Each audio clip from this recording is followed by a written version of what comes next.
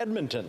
Well, thank you very much, Mr. Speaker. I rise to speak to Bill C-34 at report stage, an act to amend the Investment Canada Act, and I'm going to get into the particulars of the bill shortly. But before I do, let me say that in a little more than an hour and a half, Liberal members across the way will have a choice.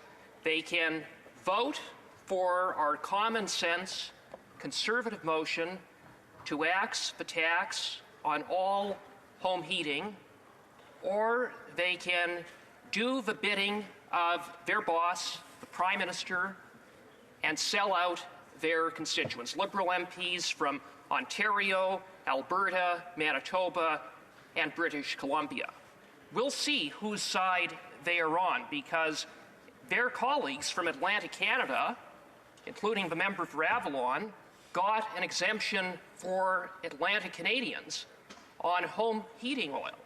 But so useless, it seems that all other Liberal MPs, that their constituents, including my constituents, Albertans, have gotten nothing. So we will see whose side Liberal MPs, including the member for Edmonton Centre and Calgary Skyview, are on very shortly.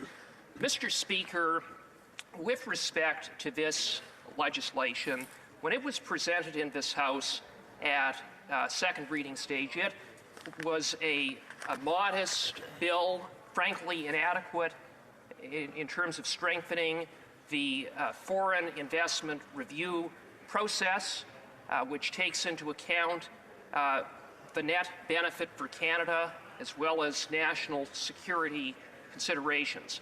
The good news, however, is that the bill has been significantly improved thanks to 4 Conservative amendments that were adopted at the Industry Committee, amendments that were opposed by the Liberals.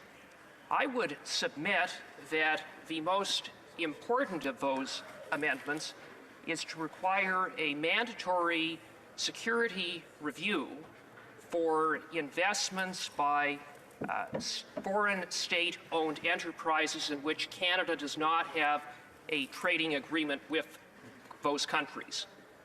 Mr. Speaker, this legislation marks the first major revamp of the Investment Canada Act since 2009. It goes without saying that the foreign investment environment has changed considerably in that time, with foreign bad actors, including Beijing, posing an increased threat to our security and sovereignty.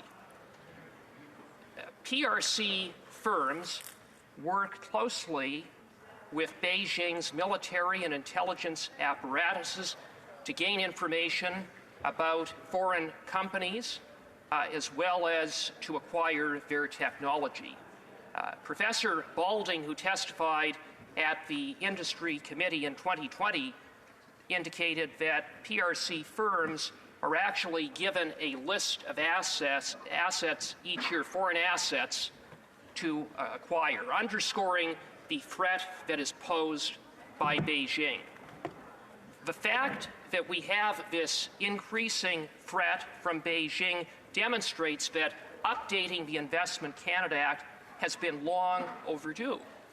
But yet, under this Prime Minister's watch, he has, for the past 8 years, been asleep at the switch while Beijing has attacked our sovereignty, security, and democracy. Under this Prime Minister's watch, Beijing has used its embassy and consulates to interfere in our elections, to target sitting members of Parliament for daring to speak up and call out Beijing's egregious human rights violations, including the genocide that is being perpetrated by Beijing against Uyghur Muslims as we speak. This is a regime that has set up illegal police stations to harass, intimidate, and repatriate Chinese Canadians, and it is a regime that is spreading disinformation on a mass scale to divide Canadians. And in the face of that, the response of this Prime Minister has been to do nothing, to turn a blind eye. Indeed, the only concrete measure that the Prime Minister has taken was to expel one Beijing diplomat, but only after the Prime Minister got caught for keeping the member for Wellington Halton Hills in the dark that he and his family were being targeted by a Beijing diplomat at Beijing's Toronto consulate. Mr. Speaker, for the past 8 years, Beijing has effectively been given the green light to acquire vast amounts of farmland. They have gained a foothold with respect to critical infrastructure and strategic resources, including minerals. Mr. Speaker, even worse than that, we have had a government under this Prime Minister's watch that has refused to undertake national security reviews and given the green light to Beijing-controlled enterprises to invest in Canada, to acquire Canadian companies to the detriment of Canada's national security, and in so doing have also caused irreparable damage to Canada's reputation amongst our Five Eyes allies.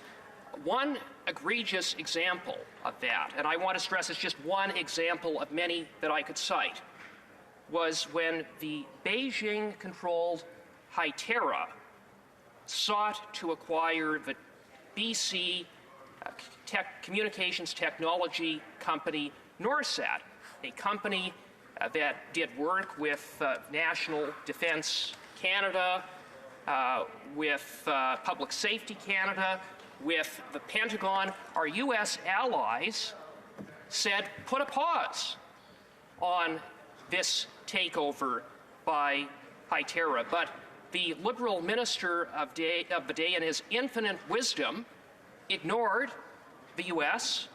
and gave the green light without any security review. Mr. Speaker, last year, Hytera was charged with 21 counts of espionage by the U.S. 21 counts of espionage, underscoring the degree of recklessness on the part of this government to give the green light, not to mention the damage it has done to our reputation with our U.S. ally, our most important ally. Now, as bad as that is, you would think that after a company like Hytera was facing 21 espionage charges in the U.S., that would be enough for this government to say, let's not do business with Hytera. But you would be wrong. Not with these Liberals.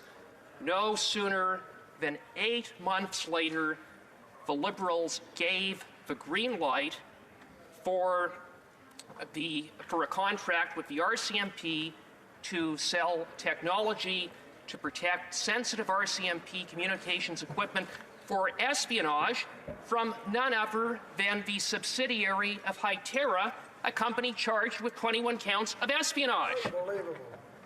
You can't make this stuff up. It is scandalous incompetence with real national security implications. In 2020, the Minister of Industry announced a policy of enhanced scrutiny for investments from foreign state-owned enterprises to make it appear that he was actually taking Beijing's interference seriously. No sooner had he announced the policy, had he disregarded it, when yet he gave the green light to another Beijing state-owned enterprise to acquire a mining company that operates the largest lithium mine in Canada. Now, all of that lithium is controlled by Beijing. So, Mr. Speaker, in closing, let me say that when it comes to protecting Canada's national security from authoritarian states like Beijing, this government can't be trusted.